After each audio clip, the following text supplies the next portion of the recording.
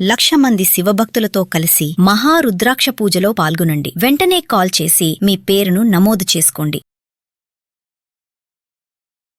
అమ్మ నమస్తే అమ్మ. నమస్తే రాజు గారు. అమ్మ, మన ఇండియాలో నిజంగా రేపుల గురించి మాట్లాడుకుంటే మాత్రం రోజుకి అసలు ఎన్ని జరుగుతున్నాయో కౌంట్లెస్.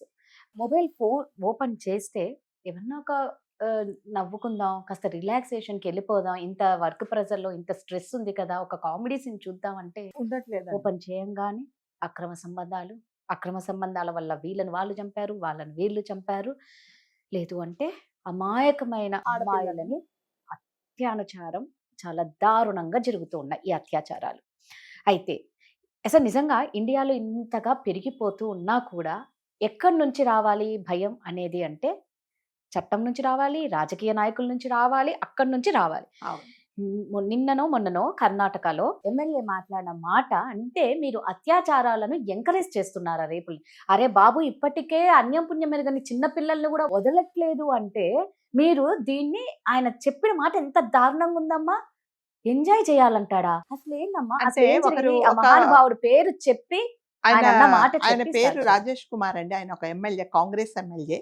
అయితే ఎవరో ఒక ప్రశ్న లేవనెత్తారు. ఏమనంటే, ఈ మన దగ్గర రేపులు చాలా ఎక్కువైపోతున్నాయి, మరి దీనికి మరి మీరు ఏం యాక్షన్ తీసుకుంటారు అంటే, ఆ మహానుభావుడు చెప్పింది ఏంటంటే, రేపు అనేది జరుగుతున్నప్పుడు అది మీరు తప్పించుకోలేని పరిస్థితిలో ఉన్నప్పుడు, ఇంకా తప్పదు అన్నప్పుడు మీరు ఎంజాయ్ చేయండి అంటాడు ఆ దరిద్రుడు. వాళ్ళ ఇళ్ళల్లో ఎవరికైనా ఏం జరిగినా కూడా అంటే ఇలాగేనా? ఇండైరెక్ట్ గా మీరు రేపిస్ట్లను ఎంకరేజ్ ఎంకరేజ్ చేస్తున్నట్టే చేస్తున్నారు కదా. ఖచ్చితంగా. అంతే కదా.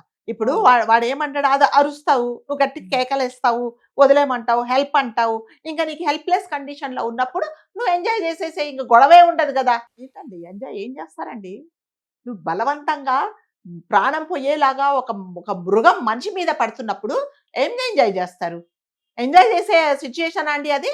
అందులో ఒక అందరూ నవ్వడం, అందులో స్పీకర్ ఇప్పుడు అన్నప్పుడు ప్రతి ఒక్కరూ లేచి చొప్పు తీసుకొని మొత్తం కొట్టాలి కదా, అతన్ని మొత్తం ఒళ్ళు పగలేలాగా ప్రతి ఒక్కరు నవ్వుతే, అంటే స్పీకర్ అంటే ఆ హౌస్ కంతా ఒక దేవుళ్ళు అంటాడు.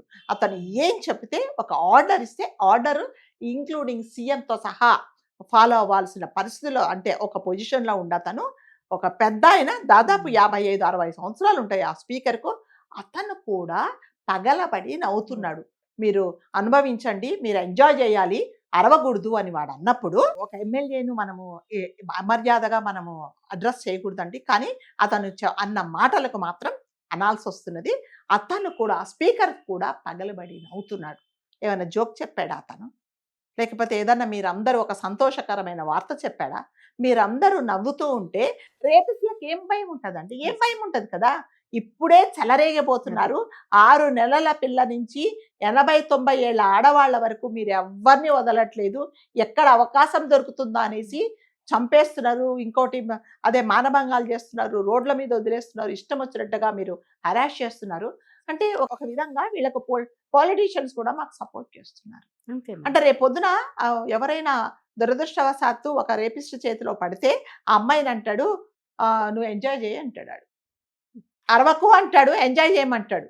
అంటే లైఫ్ లో ఏదైనా యాక్సెప్ట్ చేయాలి అన్నది పాపం చాలా ఫాలో అవుతున్నట్టున్నాడు ఆ ఎమ్మెల్యే. ఏది యాక్సెప్ట్ చేయాలి మరి? ఇలాంటివి యాక్సెప్ట్ చేయని ఆయన ఎంకరేజ్ చేయాల్సింది. చేస్తున్నాడు. అంటే మీరు ఏం చేయలేని సిచ్యువేషన్ యాక్సెప్ట్ చెయ్యండి కదా. ఒక రాజకీయ నాయకుడు అంటే నువ్వు ప్రతి ఒక్కరికి, ప్రజలకు ఏదైనా అన్యాయం జరిగితే నువ్వు వాళ్ళ తరపున వాదించేలాగా, వాళ్ళకు న్యాయం జరిగేలాగా, ఎవరైతే తప్పు చేస్తారో వాళ్ళని శిక్షించేలాగా నువ్వు మాట్లాడాలి. కానీ నువ్వు వాళ్ళకి సపోర్ట్ చేసినట్టుగా మాట్లాడితే ఇంకా అసలు వాళ్ళని పట్టపగ్గాలు ఉంటాయండి వీళ్ళకి. అసలు ఘోరంగా జరుగుతూ ఉన్నాయమ్మా. మనం గత వీడియోలో కూడా చెప్పుకున్నాము. 13 ఏళ్ళ అమ్మాయి, 12 ఏళ్ళ అమ్మాయి నిన్న కూడా జరిగింది. ఇన్ని జరుగుతూ ఉంటే దీన్ని ఆపడం ఎలా, చట్టాలు ఎట్లా మార్చాలి అనేది పోయి మనం కొత్త రూల్స్ ఏం పెట్టుకోవాలి, వాళ్ళకి ఎలాంటి శిక్షలు ఇవ్వాలి అనేది కదా నువ్వు వెంటనే నేను ఒక మీటింగ్ పెడతాను ఎవరితో, హోమ్ మినిస్టర్ తో.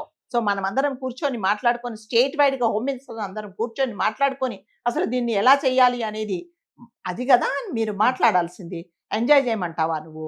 అదే నీ ఇంట్లో వాళ్ళకి, నీ ఇంట్లో కూతురునో, నీ చెల్లినో, నీ భార్యనో ఎవడని ఎత్తుకొని పోయినప్పుడు అది ఏడుస్తూ ఉంటే నువ్వు చెప్పు, మరి ఎంజాయ్ చేసావా బాగా అని చెప్పు. రేపు పొద్దున వాళ్ళు వదిలేసి ఇంటికి వచ్చిన తర్వాత అప్పుడు నీకు తెలుస్తుంది. అంటే ఎవరికైనా సమస్య అనేది నీ దాకా రాదు అని అనుకుంటావు, కానీ అది ఏదో ఒక రోజు ఆ సమస్య నీ తలుపు కూడా తడుతుంది.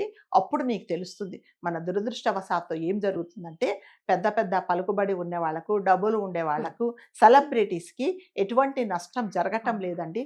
ఈ నష్టాలు జరిగేవన్నీ మధ్యతరగతి సామాన్య ఆడపిల్లలకి, అసలు ఏమీ లేకుండా కూలీనాలు చేసుకునే వాళ్ళకి మాత్రమే జరుగుతున్నది. కాబట్టి వాళ్ళు అన్యాయంగా బలైపోతున్నారు.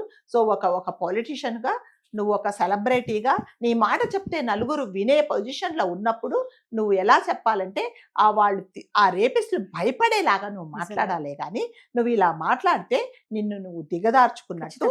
కాబట్టి నిజంగా ఇతను మాట్లాడిన మాటలు వాళ్ళ ఇంట్లో వాళ్ళు వింటే మాత్రం వాళ్ళు మనుషులైతే లోపలికి రానియకుండా తన్ని పంపించాలి బయటికి. నిజంగా అంటే మిమ్మల్ని ఫాలో అయ్యేది, మీరు చెప్తే వినే మనుషులే మీరు ఇట్లా మాట్లాడితే మీరు అన్నట్టుగా ఇంకొక అట్లా అనేది విచిత్రం encourage ఏంటంటే రాజు గారు, చేస్తున్నారు. నాకు అర్థం కాదు. ఇప్పుడు ఎవరైనా సరే ఒక సభలో కానీ, ఏదన్నా ఒక ఫంక్షన్ లో కానీ ఏదైనా ఒక తప్పుడు మాట మాట్లాడితే ఈ జనాలందరూ చప్పట్లు కొట్టి నవ్వుతారు. ఏమోను. అసలు వీళ్ళు కరెక్ట్ ఖండించే వాళ్ళు ఎవరు లేరమ్మా. అంటే తప్పు లేదు. చెప్తున్నారు. మనం ఎన్నో చూసాం. కొంతమంది ప్రవచనకర్తలు కూడా పిచ్చిగా మాట్లాడినప్పుడు చుట్టుపక్కల కూర్చున్న వాళ్ళందరూ చప్పట్లు కొట్టి నవ్వుతున్నారు.